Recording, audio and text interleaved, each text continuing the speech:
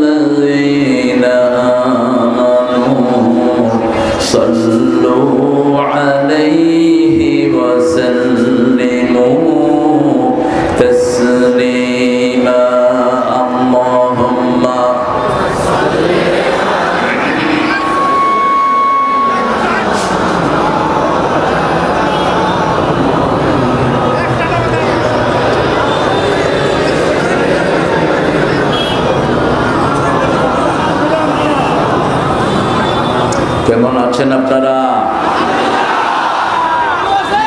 আলহামদুলিল্লাহ রাব্বিল, পুরা বলবেন, বলেন আলহামদুলিল্লাহ রাব্বিল আলামিন। একটা পরিপূর্ণ আয়াত পড়লেন আপনারা। রাসূল সাল্লাল্লাহু আলাইহি ওয়াসাল্লাম বলছেন, বুখারীর হাদিস, বাল্লিগু আন্নী ওয়ালাউ আয়াহ, আমার পক্ষ থেকে একটি আয়াত হলেও মানুষের কাছে তোমরা পৌঁছে দাও। আমরা দুরূদ পড়েছি, কিন্তু এটা রাসূল সাল্লাল্লাহু আলাইহি ওয়াসাল্লাম পড়তেন না, তিনি আরেকটা পড়তেন। কোনটা জানি পড়তেন তিনি? পড়েন, আল্লাহুম্মা সাল্লি আলা মুহাম্মাদ ওয়া আলা আলি মুহাম্মাদ কামা সাল্লাইতা আলা ইব্রাহিম ওয়া আলা আলি ইব্রাহিম ইন্নাকা হামিদুম মাজিদ। আল্লাহুম্মা বারিক আলা মুহাম্মাদ ওয়া আলা আলি মুহাম্মাদ কামা বারাকতা আলা ইব্রাহিম ওয়া আলা আলি ইব্রাহিম ইন্নাকা হামিদুম মাজিদ। প্রশংসা কার? সে আল্লাহর জন্য সবাই পড়ছি আলহামদুলিল্লাহ। আমরা পড়ছি আল্লাহু আকবার কাবীরা, আলহামদুলিল্লাহি কাসীরা, সুবহানাল্লাহি বুকরাতাও ওয়া আসীলা, সুবহানাল্লাহি ওয়া বিহামদিহি আদাদা খালকিহি ওয়া রিদা নাফসিহি ওয়া জিনাতা আরশিহি ওয়া মিদাদা কালিমাতিহি লাকাল হামদ বিল কুরআন লাকাল হামদ বিল ইসলাম লাকাল হামদ বিআসমাইক ওয়া লাকা সাম্মাইতা বিহি নাফসাক লাকাল হামদ ইয়া রাব কামা ইয়ানবাগি লিজালালি ওয়াজহিক ওয়া আযীমি সুলতানিক। প্রশংসা করলাম কার? খুশি না বেজার? বেশি না কম? জোরে চিৎকার করে বলেন প্রশংসা করলাম কার? সবখানে প্রশংসা করব কার? খাওয়ার সময়, ঘুমের সময়, কোথাও যাওয়ার সময়, কাউকে কিছু দেওয়ার সময়, বিবিকে মারার সময়। এই কাজ আছে তো আপনাদের মধ্যে? কি বলেন? বিবির গায়ে হাত তোলে, আছে না? এরা দুনিয়ার সবচেয়ে নিকৃষ্ট মানুষ। যারা মেয়েদের গায়ে হাত তোলে এরা মানুষের উপযুক্ত না, এরা সবচেয়ে নোংরা। সমাজে এদেরকে বয়কট করা উচিত। কারণ রাসূল সাল্লাল্লাহু আলাইহি ওয়াসাল্লাম বলছেন গালিও দিতে পারবা না মেয়েদেরকে। আমরা মায়েদের কারণেই দুনিয়াতে আসতে পেরেছি, ঠিক কিনা? সারা পৃথিবীর সব নবীদের মা ছিলেন, কিন্তু একজন নবী বাপ ছাড়া এসেছেন, মা ছাড়া কোনো নবী আসতে পারে নাই। এই জন্য মায়ের দাম ইসলামে খুব বেশি। মায়ের খেদমত কয়বার করতে হয়? কয়বার? প্রথম খেদমত কার করবেন? দ্বিতীয়, তৃতীয়, চতুর্থ। বাবা হলো সান্ত্বনা পুরস্কার। কারণ আমরা পৃথিবীতে আসার জন্য যতটুকু কষ্ট সবটা করেছেন মা না বাপ? সবটাই করেছেন মা। পেটে ধারণ করেছেন কে? প্রসব বেদনা সয়েছেন কে? আবার 2 বছর দুধ পান করে বড় করেছেন কে? ওগো মা তুমি এ ধরনের শ্রেষ্ঠ নেয়ামত, তোমারই পদতলে রয়েছে জান্নাত। মায়ের পায়ের তলে আল্লাহর জান্নাত। আল্লাহু আকবার। সেই মায়ের সম্মান আমরা করব। আমরা কোরআন মানতে রাজি আছি তো? আপনারা মানবেন তো? দেখি কারা কারা মানবেন না, হাত তুলে দেখা। আপনারা খুব ভালো, আসলে খুবই ভালো। ঠাকুর গায়ের লোকেরা খুব ভালো, আলহামদুলিল্লাহ। আমরা এখন দেখা দেব আমরা সবাই আল্লাহর কোরআন মানবো। হাত তুলে দেখাই, সবাই একটু দেখাই। আল্লাহ হাতগুলো কবুল করেন। আমার দাদাও মানবে, অসুবিধা নাই, হাত তোলেন। আল্লাহ কবুল করো। কোরআনে দাদাদের কথা আছে না নাই? হ্যাঁ, কোরআনে সবার কথা আছে, আলহামদুলিল্লাহ বলেন। মানুষ হিসাবে সবাইকে আল্লাহ মর্যাদা দিয়েছেন, আলহামদুলিল্লাহ বলি।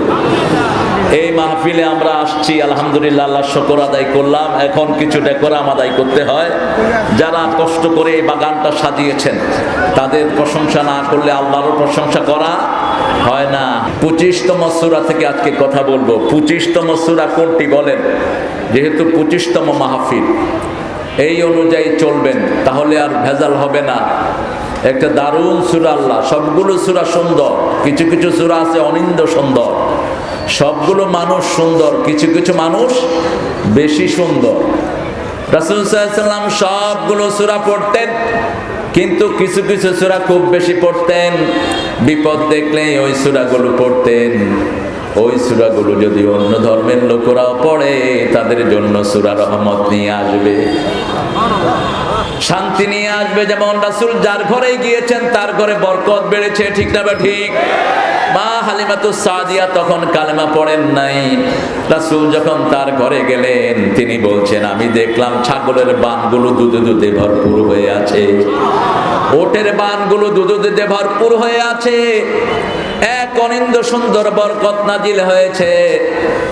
ধর্মীয় বিশ্বাস নাই, কিন্তু কেউ যদি রাসূল সাল্লাল্লাহু আলাইহি ওয়াসাল্লামকে সম্মান দেয়, রাসূলের সেই রহমত আল্লাহ তার ঘরে দিয়ে দিবে। কারণ তিনাকে আল্লাহ সারা আলমের রহমত বানিয়েছেন। ওয়া মা আরসালনাকা ইল্লা রাহমাতাল লিল আলামিন। যত বড় আলমের জন্য আল্লাহ রব, তত বড় আলমের জন্য রহমত মুহাম্মদ সাল্লাল্লাহু। কিন্তু চাইতে হবে কার কাছে? রাসূলের কাছে চাওয়া যায়। রাসূল হলো টাঙ্কি। টাঙ্কি বুঝেন তো? পানির টাঙ্কি। এখন টাঙ্কির পানি পেতে হলে কি টাঙ্কির কাছে চাইবেন না টাঙ্কির পরিচালকের কাছে চাইবেন? পরিচালকের কাছে চাইবেন। যেমন এই কারেন্টের একজন পরিচালক আছে না নাই? এই কারেন্ট যদি আনতে হয় পরিচালককে ফোন করতে হবে, ভাই আপনি আমাদের এই মাহফিলটার জন্য কারেন্টটা অন রাখেন। রহমতের টাঙ্কি হলেন মুহাম্মদ, কিন্তু মালিককে? মালিককে? এখানে মানুষ ভুল করে। আমাদের মধ্যে আর হিন্দু ধর্মের মধ্যে একটা রয়ের ব্যবধান।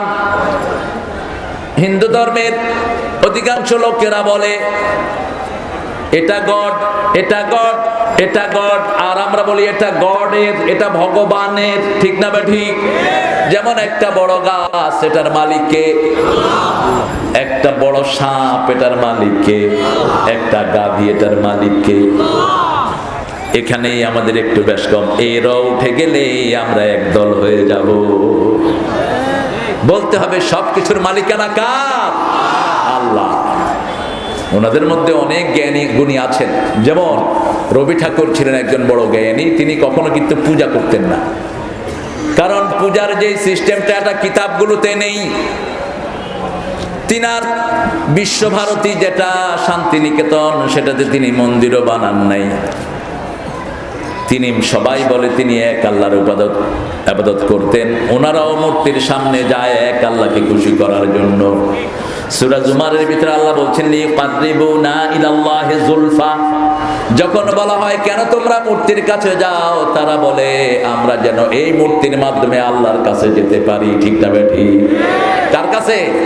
আল্লাহর কাছে যেতে পারি। আল্লাহর কাছে যাওয়ার জন্য কোনো মাধ্যমের দরকার নাই। যেমন আপনি যখন দুনিয়ায় এসেছেন, মায়ের পেটে আপনার খাবার দিয়েছেন কে? এই মুখ দিয়ে দেন নাই, নাড়ি দিয়ে দিয়েছেন। কারণ মুখটা সব সময়ের জন্য পবিত্র, রক্ত অপবিত্র। এই মুখ দিয়ে গেলে মুখ অপবিত্র হবে। এই মুখ দিয়ে যেন সব সময় পড়তে পারেন সুবহানাল্লাহ, আলহামদুলিল্লাহ, লা ইলাহা ইল্লাল্লাহু মুহাম্মাদুর রাসূলুল্লাহ সাল্লাল্লাহু। আপনাদের থেকে আমি 5 মিনিট সময় নেব। কয় মিনিট? 5 মিনিট। এই প্রতিষ্ঠানের অনেকগুলো কাজ বাকি আছে। ছেলেরা যাবে, কানগুলো আমার দিকে দিবেন আর পকেটগুলো এই ব্যাগে দিয়ে দিবেন। কষ্ট হবে আপনাদের? কষ্ট হবে না। আপনাদের রক্তের উপরে এই প্রতিষ্ঠানটা দাঁড়িয়ে আছে। আমার দাদা গত বছর অনেক পরিশ্রম করেছেন। আমাদের হিন্দু সম্প্রদায়ের ভাই বোনেরা এই মাহফিলের জন্য পয়সা দেয়। ঠিক না ঠিক? কথা বলেন না কেন? তাদের অনেক অবদান। আমরা দুই গ্রুপ মিলে একসাথে ভালোবাসা দিয়ে বেঁচে থাকি। আমি গত বছর, বেশ কয়েক বছর আগে বগুড়াতে একবার পূজার সময় আমার মাহফিল পড়লো। যেই মাহফিলে, যেই মাঠে মাহফিল, ওই মাঠেই পূজা। মাগরিবের পরেই ঠাকুর দাদা আসলেন, আমাকে সালাম করলেন, আমি ওনাকে সালাম করলাম। তিনি আমাকে বললেন দাদা কোনটা আগে? আমি বললাম আপনি বলেন। তিনি বললেন কোরআন আগে। আলহামদুলিল্লাহ বলবেন না? কি আগে? কোরআন আগে। তিনি বসে পড়লেন স্টেজে। এটাই হলো ইসলাম। ইসলাম সবাইকে জায়গা করে দেয়। ঠিক না ঠিক? একদল খ্রিস্টান এসেছেন রাসূল সাল্লাল্লাহু আলাইহি ওয়াসাল্লামের দরবারে মদিনায়। রাসূলের মসজিদে এসেছেন তারা রোববার। রাসূল সাল্লাল্লাহু আলাইহি ওয়াসাল্লাম বারান্দায় তাদেরকে জায়গা করে দিলেন। রোববার হলো তাদের ইবাদতের দিন। তাদেরকে বললেন তোমরা তোমাদের ইবাদত আমার এই মসজিদের বারান্দায় করো। ধর্মীয় স্বাধীনতা ইসলামের চেয়ে বেশি কারো কাছেই নাই। এই জন্য ছেলেরা যাবে। কোথায় ছেলেরা আছে আপনাদের? একটু ছেলেরা যাবে, আপনারা ছেলেদেরকে যথেচ্ছ ইনশাআল্লাহ দিবেন আপনাদের তৌফিক অনুযায়ী। আর কানগুলো আমার দিকে দিয়ে রাখেন। সূরা ফুরকান, এটা মক্কি সূরা। এটার নাম্বার হলো 25। নাম্বার কত? জোরে বলেন। আয়াত কত? 77টি আয়াত আল্লাহ এটার ভিতরে দিয়েছেন। এটার ভিতরে আল্লাহ রাব্বুল আলামিন 8টি গুণের কথা বলেছেন। এই 8টি গুণ যাদের হবে তারা জান্নাতি হয়ে যাবে। কয়টি গুণ? 8টি গুণ। এটা শুরু করেছেন আল্লাহ বরকত দিয়ে, তাবারাকাল্লাযী নাযালাল ফুরকানা আলা আবদিহি লিয়াকুনা লিল আলামিনা নাযীরা। বরকতময় ওই সত্তা যিনি নাজিল করেছেন ফুরকান আলা আবদিহি, তার বান্দার উপর, লিয়াকুনা লিল আলামিনা নাযীরা, যাতে সারা দুনিয়ার জন্য এটা সতর্কবাণী হয়ে যায়। আল্লাযী লাহু মুলকুস সামাওয়াতি ওয়াল আরদ লাম ইয়াত্তাখিয ওয়ালাদান ওয়া লাম ইয়াকুন লাহু শারীকুন ফিল মুলকি ওয়া খালাকা কুল্লা শাই ফাকাদ্দারাহু তাকদীরা। আল্লাহু আকবার। কোথায় ছেলেরা গেছে? আচ্ছা যাক ছেলেরা। তাবারাক, আমরা তাবারক বলি কাকে? কোন মাহফিলে অথবা কোন হুজুরের দরবারে অথবা মরা মানুষকে উপলক্ষে যদি কিছু খাওয়ানো হয়, এটাকে আমরা কি নাম দেই? কি নাম? তাবারক। এটা তাবারক হলো কেমনে? তাবারকের মালিক কে? আল্লাহ। আল্লাহ ছাড়া তাবারক হয় না। হ্যাঁ, আমরা চাই এটাতে বরকত হোক। যে খাওয়া কোনো পীরের নামে হয়, এই খানার ভিতরে বরকত থাকতে পারে না। কারণ খাওয়া হতে হবে কার নামে? কোন প্রাণী জবাই করতে হবে কার নামে? আল্লাহ ছাড়া কারো নামে যদি জবাই হয়, ওটা খাওয়া জায়েজ নাই। সব কিছুর আগে একজনের নাম লাগবে, তিনি কে? আল্লাহ। তাবারক। আল্লাহ রাব্বুল আলামিন বলছেন এটা আমার জিনিস। তাবারাকাল্লাযী বিয়াদিহিল মুলক ওয়া হুয়া আলা কুল্লি শাইইন কাদির। প্রত্যেক দিন যে সূরা রাসূল পড়তেন, সেই সূরার ভিতরে আল্লাহ রাব্বুল আলামিন তাবারক দিয়ে শুরু করেছেন। সূরাটার নাম কি? সূরা মুলক। সূরা মুলক যারা রাতে পড়বে, এই সূরা তাদের বন্ধু হয়ে তাদেরকে নিয়ে জান্নাতে চলে যাবে। রাতে স্পেশালি পড়তেন। তবে যদি 24 ঘন্টায় একবার পড়েন, মুহাদ্দিসিনে কেরাম বলেছেন হয়ে যাবে। অর্থাৎ এই সূরাকে আপনি বন্ধু বানাবেন। আবার রাসূল সাল্লাল্লাহু আলাইহি ওয়াসাল্লাম যখন সিজদায় যেতেন, আল্লাহর প্রশংসা করতেন। তাবারাকাল্লাহু পড়েন, তাবারাকাল্লাহু আহসানুল খালিকিন। বরকতময় ওই সত্তা যিনি সবচেয়ে সুন্দর করে তৈরি করেছেন। এই যে আমাদের চেহারা সুন্দর, আমাদের চোখ সুন্দর, নাক সুন্দর, এটা বানিয়েছেন কে? আল্লাহ রাব্বুল আলামিন বলছেন হাল তারা ফি খালকির রহমান মিন তাফাবুত। তোমরা কি আমার সৃষ্টিতে কোনো ভুল দেখো নাকি? বারবার দৃষ্টি দাও, তোমাদের দৃষ্টি ক্লান্ত হয়ে যাবে, কিন্তু সৃষ্টির মধ্যে কোনো ভুল তোমরা ধরতে পারবে না। এক লোক বট গাছের নিচে শুয়ে আছে, শুয়ে শুয়ে চিন্তা করছে বটের দানাগুলো এত ছোট, এত মোটা বট গাছ, আর লাউয়ের। হ্যাঁ ঠিক আছে, যাক, ছাত্ররা ছাত্রদের কাজ করবে ইনশাআল্লাহ। আপনারা চুপে চাপে দিয়ে দিবেন। কোন ছাত্র আবার ব্যাগ নিয়ে বাড়ি চলে যায় না। দুপুরে এক মাহফিলে কালেকশন করতে দিছে একটারে, বাড়িতে বাজারে ও বাজারে কালেকশন করে বাজার করে বাড়ি চলে গেছে। কয় আমি আল্লাহর বান্দা, ব্যাগও আল্লাহ, পয়সাও আল্লাহ, খামু আল্লাহ না। যা, অবশ্যই এখানে এরকম লোক নাই। কবরস্থানের পয়সা খায়া ফালা এরকম ডাকাইতে তো পাওয়া যায়। হ্যাঁ, এতিমের পয়সা খায় ফেলে এরকম ডাকাত আছে না নাই? বাইরে দেখে বাইরে। আচ্ছা ঠিক আছে, খাওয়া দাওয়া করবো একসাথে। আমার দাদার জন্য আপনাদের কাছে দোয়া চাইছেন তিনি। দাদাকে আল্লাহ ইসলামের জন্য কবুল করুক। দাদার পরিবারকে আল্লাহ সুখ শান্তি দিয়ে ভরপুর করে দিক। তাবারাক। লোকটি চিন্তা করলো যে এত মোটা বট গাছে এত ছোট দানা, আল্লাহ নিশ্চয়ই হিসাবে ভুল করেছেন। নাউজুবিল্লাহ বলে শুয়ে শুয়ে চিন্তা করছে যে আল্লাহ তো সবকিছুই ঠিক আছে, কিন্তু এই বট গাছটা একটু উল্টা পাল্টা হয়ে গেছে। পাশে ছিলেন আরেকজন আল্লাহর ওলি। এ যখন বিড়বিড় করছে, ওই ওলি শুনছে, কয় এই কি ওলি বিড়বিড় করস?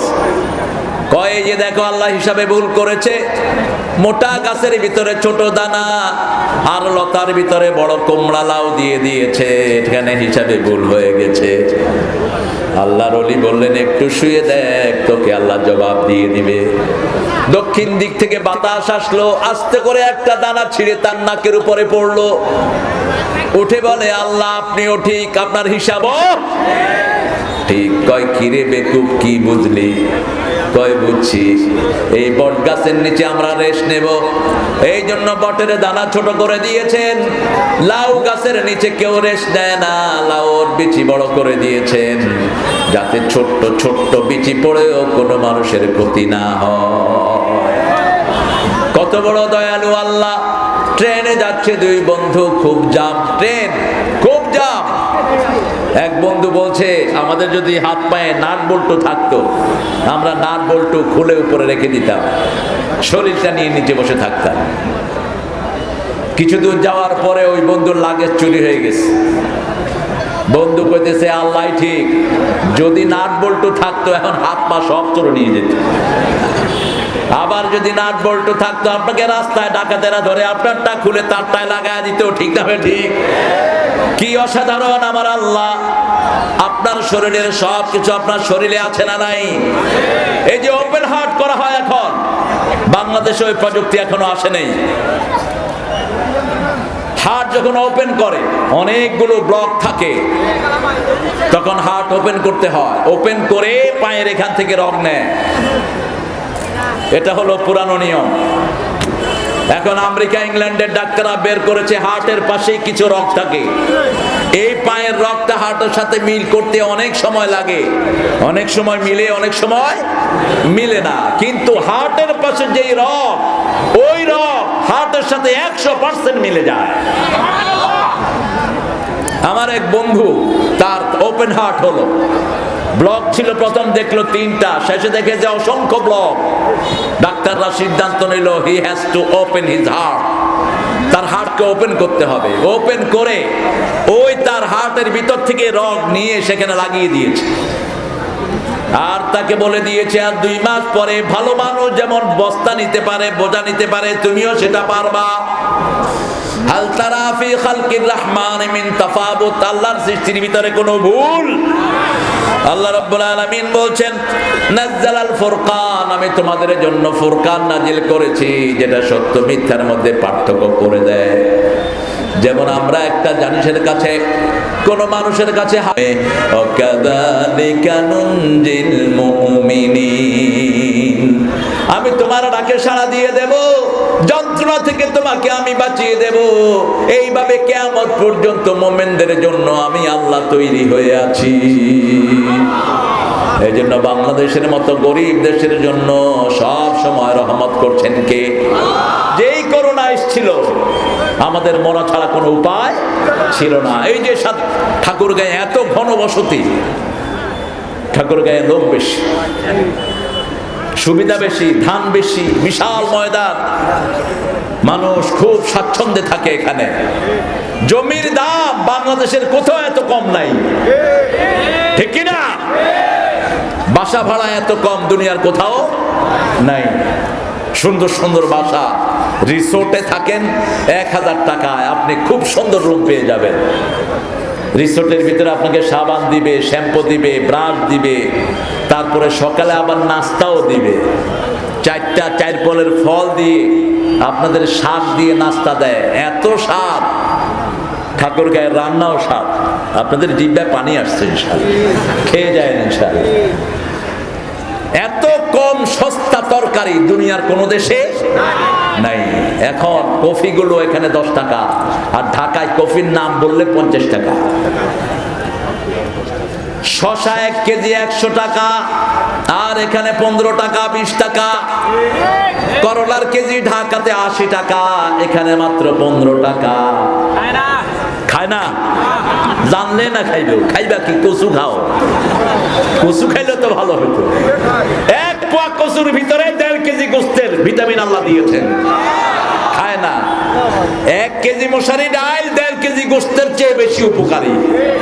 গরিবের গরু গোস্ত হলো কি? মশারি ডাল। কি কি নিয়ামত আল্লাহ ভরে দিয়েছেন, আমরা খাই না।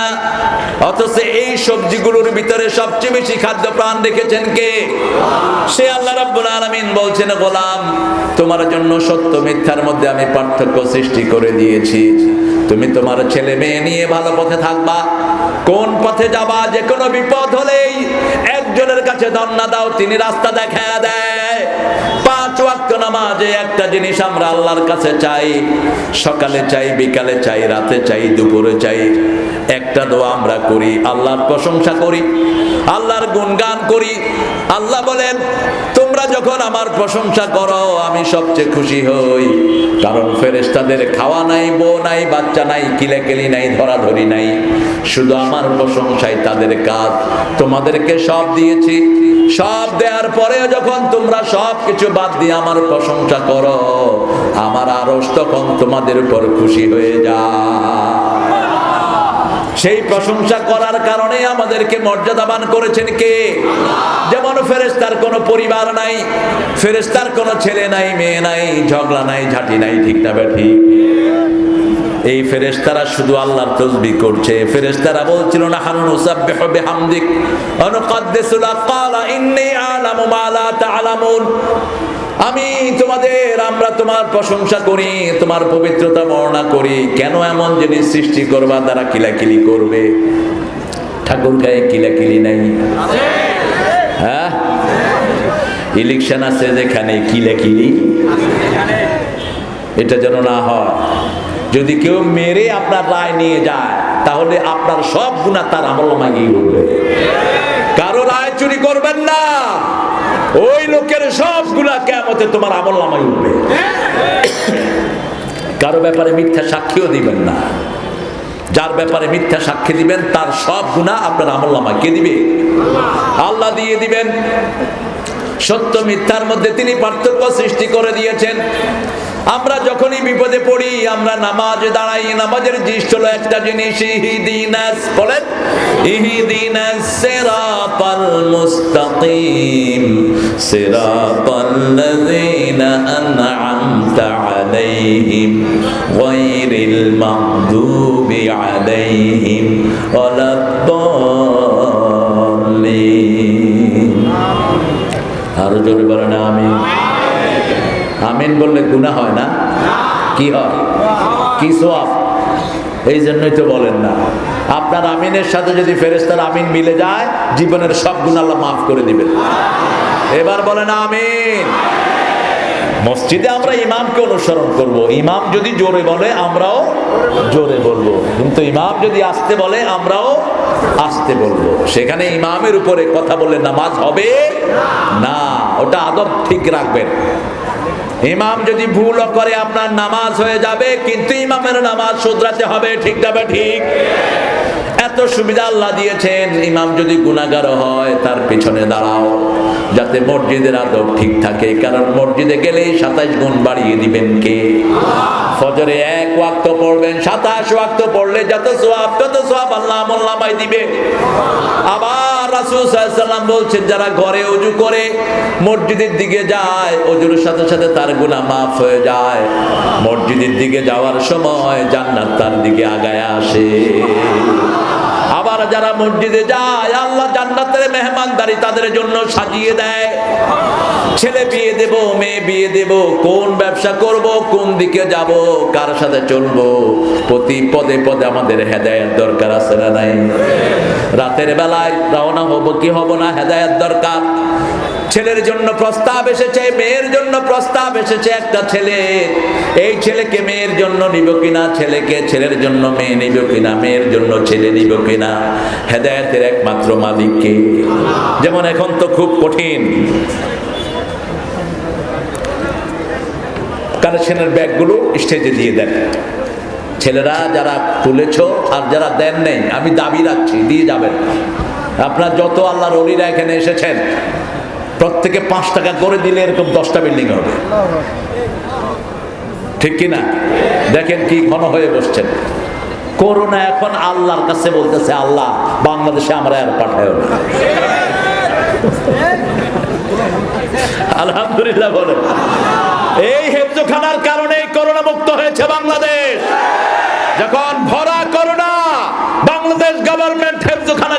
দিয়েছে। আর ছোট্ট ছোট্ট ফেরেশতা তুল্য শিশুরা রাত 3টার সময় থেকে আস্তে আস্তে তেলাওয়াত শুরু করেছে, ঠিক না ঠিক? ওদের তেলাওয়াত আর মসজিদগুলো খুলে দিয়েছে, সাথে সাথে আমরা ওষুধও নিয়েছি, ঠিক না ঠিক? তিনটা মিলে আমাদেরকে মুক্ত করে দিয়েছেন কে? এখনো যদি দুর্ভিক্ষ মোকাবেলা করতে হয়, কোরআন ছাড়া কোনো বিকল্প? দুর্ভিক্ষের মোকাবেলার ঔষধ এই কোরআনে আছে না নাই? কোন সূরায় বলেন? একটা ছোট্ট সূরার 2টি লাইন আপনাদের সবার মুখস্থ। ওই সূরার ভিতরে আল্লাহ বলছেন, প্রধানমন্ত্রীকে পরামর্শ দিচ্ছি, ওই সূরাটা আপনি পড়েন, আল্লাহর ইবাদত ফরজ করে দেন। 565টি মসজিদ আপনি করেছেন, এই 565টি মসজিদের জন্য নামাজ ফরজ করে দেন। দেখবেন করোনা তারপরে দুর্ভিক্ষ কোনোদিন বাংলাদেশে আসবে? এমনি তো উত্তরবঙ্গে এখন মঙ্গা নাই, ঠিক কিনা? আলহামদুলিল্লাহ বলবেন না? এটা আপনাদের দোয়ার ফসল। আপনারা আল্লাহকে ডাকেন, এই জন্য উত্তরবঙ্গে শুধু বরকত আর বরকত। এই ঠাকুর গায়ে ধান বেশি হয় না কম? আহারে, আপনাদের ঠাকুরও তো সুন্দর লিখেছেন, ধন ধান্যে পুষ্পে ভরা আমাদের এই বসুন্ধরা। সবার মুখস্থ আছে, দেখে কি সুন্দর লিখেছেন তিনি। আবার তিনি জাতীয় সঙ্গীত যেটা লিখেছেন, এটা সুর তিনি চুরি করেছেন লালন থেকে। লালন মিয়া সুর, লেখা হলো রবি ঠাকুরের। কবির এরকম সোর হয়, একজন একটা চুরি করে আরেকজন নিয়ে যায়। যেমন আমাদের নজরুল সুর এনেছে টার্কি থেকে। এই যে ওমান রমজানের রোজার শেষে এলো খুশির ঈদ, এটা টার্কির পুরানো জাতীয় সঙ্গীতের সুর। ও মনে রমজানের রোজার শেষে এলো খুশির ঈদ, তুই আপনাতে আজ বিলিয়ে দে শুন। আপনারা ভাত খান না? হায় হায়, কোনো আওয়াজই নাই। ঠান্ডা হয়ে গেছে? ঠান্ডা হয়ে গেছে। আচ্ছা, একটু গরম করে দিই। এই কোরআনের জন্য যদি জীবন দিতে হয়, রাজি আছেন না নাই মুসলমান? হাত তুলে দেখা দাও কারা কারা রাজি আছো।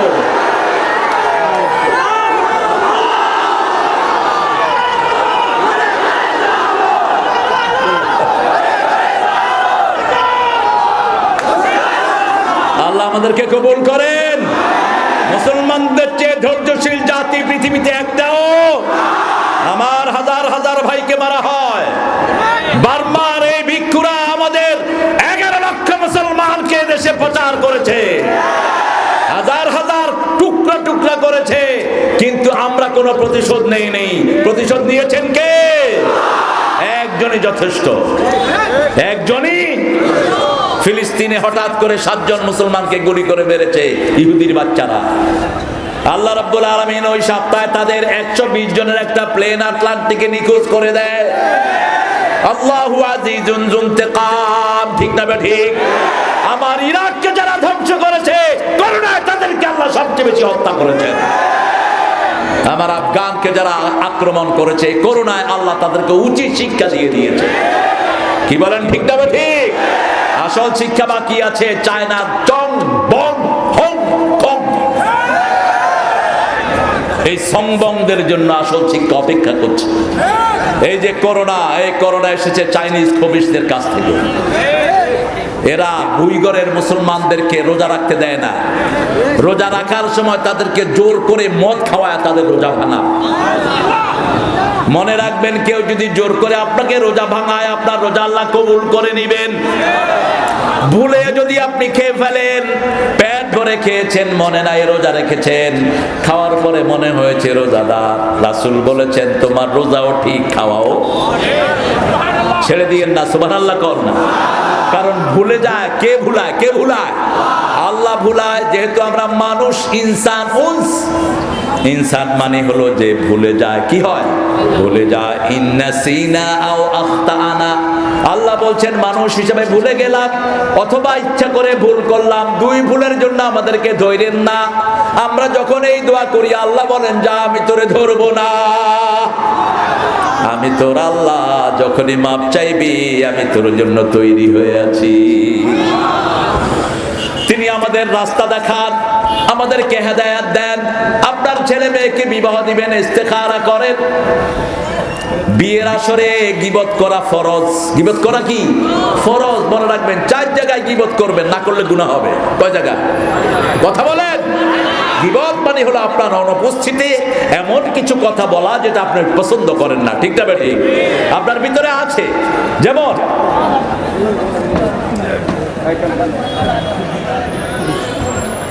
কথা বলে আবার নিজে এমনি করে। যেমন বিয়ের আসরে মা রাসূল সাল্লাল্লাহু আলাইহি ওয়াসাল্লামের কাছে একজন মহিলা সাহাবী এসেছেন, এসে বলছেন, ইয়া রাসূলুল্লাহ সাল্লাল্লাহু আলাইহি ওয়াসাল্লাম, আমাকে দুইজন পুরুষ বিয়ে করতে চায়। রাসূল বললেন, একটা হলো ফকির আর একটা হলো বদমেজাজি, হাতে লাঠি থাকে। মহিলা চিন্তা করলেন, ওইটার ঘরে গিয়া না খেয়ে থাকবো কেন, ওর ঘরে গিয়া মাইর খাবো কেন, দুইজনকে রিজেক্ট করে দিলেন। এখন ফকির আর বদমেজাজি এটা কি ভালো গুণ? কথা বল না কেন? তিনি অপেক্ষা করলেন, আর একটা প্রস্তাব আসলো, রাসূল সাল্লাল্লাহু আলাইহি ওয়াসাল্লামের কাছে জানালেন। রাসূল বললেন, ঠিক আছে, টাকা পয়সাও আছে, মেজাজও ভালো, কিছু বেয়াদব আছে, বিয়ে করে বউয়ের উপর অত্যাচার চালায়, যৌতুকের জন্য সিগারেটের আগুন দিয়ে বউয়ের শরীর পোড়ে। মনে রেখে দিও বেয়াদব, তুই যত নামাজ পড়বি, রোজা রাখবি, ওই বউ মাফ না করে দিলে আল্লাহ তোরে মাফ করবে না। কিয়ামতের ময়দানে ওর সামনে ভিক্ষুকের মতো তোকে দাঁড়াতে হবে। অন্যায় ভাবে কাউকে চোখ রাঙানি দিয়েছো, এটার জন্য আল্লাহ জবাবদিহি করবেন। চোখ রাঙানি দিলি কেন? কারো ভয়ে যদি কেউ এলাকা ছেড়ে পালিয়ে যায়, ওর কোনো ইবাদত আল্লাহর কাছে কবুল হবে না। ও পুলসিরাতের পুল পার হইতে পারবে না। আয-যুলমু যুলমাতুন ইয়াউমাল কিয়ামা, কিয়ামতের ময়দানে জুলুমগুলো অন্ধকার হয়ে আসবে চোখের সামনে, পুলসিরাত পার হতে পারবে না। মুসলিম শরীফের বর্ণনা। আপনি কারো উপর চোখ রাঙাবেন না। ভালো কাউকে যদি মাফ করে দেন, আপনাকে মাফ করে দিবেন কে? দেখেন রাসূল সাল্লাল্লাহু আলাইহি ওয়াসাল্লামের উদারতা দেখেন। রাসূল সাল্লাল্লাহু আলাইহি ওয়াসাল্লাম শুয়ে আছেন এক জায়গায়, হঠাৎ করে এক কাফের রাসূল সাল্লাল্লাহু আলাইহি ওয়াসাল্লামের তলোয়ার নিয়ে ধরছে। কয়, মুহাম্মদ তোমার রক্ষা করবে কে? কি বললেন? আল্লাহ রক্ষা করবে। আল্লাহর নাম শুনতে তার হাত কেঁপে কেঁপে তলোয়ার পড়ে যায়। এখন রাসূল সাল্লাল্লাহু আলাইহি ওয়াসাল্লাম তলোয়ার নিলেন, তাকে বললেন, তোকে রক্ষা করবে কে? কয়, আপনি। কারণ কাফের তো আল্লাহ নাই, ঠিক না ঠিক? আমাদের আল্লাহ আছে না নাই? যে কোনো বিপদে মুসলমান কাকে ডাকে? আমাদের মালিক একজন আছেন, তাকে ডাকি, ঠিক না ঠিক? ছাগলের মালিক আছে, ছাগল দুর্বল, ছাগল থাকে সবার সামনে, আর বাঘের কোনো মালিক নাই, এত শক্তি হওয়ার পরেও জঙ্গলে লুকিয়ে থাকে। বাঘের সামনের এক এক হাতের ভিতরে, এক এক পায়ের ভিতরে 17 জন লোকের শক্তি। সেই বাঘ কখনো লোকের সমাজে আসে না, কারণ বাঘ জানে মানুষ যদি আমারে পায় পিটায় মেরে ফেলবে, আমার কোনো মালিক। আর ছাগল বুক ফুলে দাঁড়িয়ে থাকে, কেউ টানলে কয়, টানস কেন? আমি যাবো না। ছাগলটা খুঁটি বলে, যাবো না। তুই টানস কেন? আমি তোর খাইও না, পড়িও না। বাস, কারণ ছাগল জানে ছাগলকে মারলে ছাগলের কি আছে? আমাদের একজন মালিক আছে, কি নাম? আরো চিৎকার করে বলেন, কি নিয়ামতের আল্লাহ পাইছি, সুবহানাল্লাহ। আমাদের আল্লাহ বলছেন, হেদায়েত চাইবেন কার কাছে? আল্লাহর কাছে। বিয়ের আসরে দোষ বলে দিবেন। 2 নাম্বার ডাক্তারের কাছে গিয়ে দোষ বলবেন। 3 নাম্বার বিচারকের কাছে গিয়ে দোষ বলবেন, তা না হলে বিচার করবে কি? 4 নাম্বার পিতামাতার কাছে সন্তানের দোষ বলে দিবেন, যাতে করে পিতামাতা সন্তানদেরকে পরিশুদ্ধ করতে পারে। স্যারের কাছে বলে দিবেন, স্যার আমার এই সন্তানের এই দোষটা আছে, আপনি একটু খেয়াল রাখেন। দোষ ধরা ছাড়াই অনেক স্যার আছে বাচ্চাকে পিটায়, অনেক হেফজখানার হুজুর আছে বাচ্চাকে পিটে আত্মরা করে। আমি জানি না এই মাদ্রাসায় কি করে বাচ্চাদের সাথে।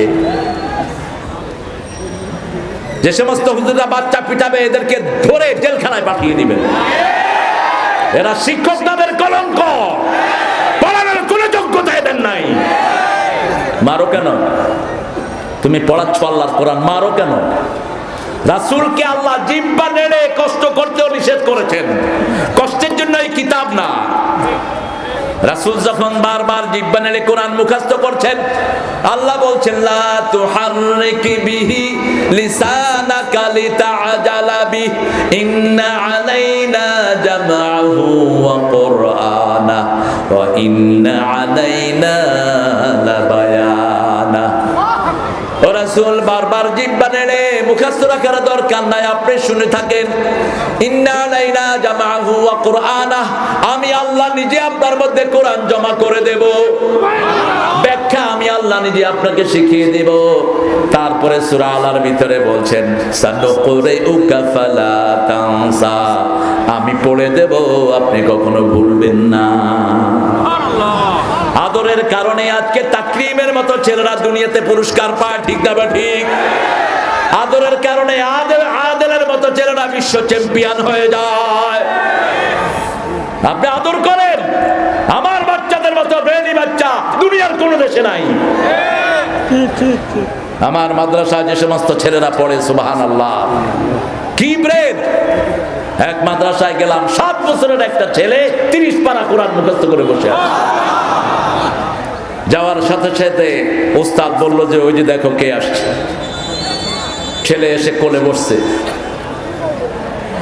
আমি কইলাম তুমি কে? কয় মোরে চিনেন নাই। আরে মোর আল্লাহ, মোরে চিনেন নাই, মুই 30 পারা কোরআন মুখস্থ করছি, বুঝছেন? আমি কইলাম তুই 30 পারা কোরআন মুখস্থ করছো? তোর বয়স কত? কয় 7 বছর। মা কয়, ওস্তাদে কয় 9 মাসে 30 পারা কোরআন মুখস্থ করে বসে আছে। আমি তার ইন্টারভিউ নেওয়ার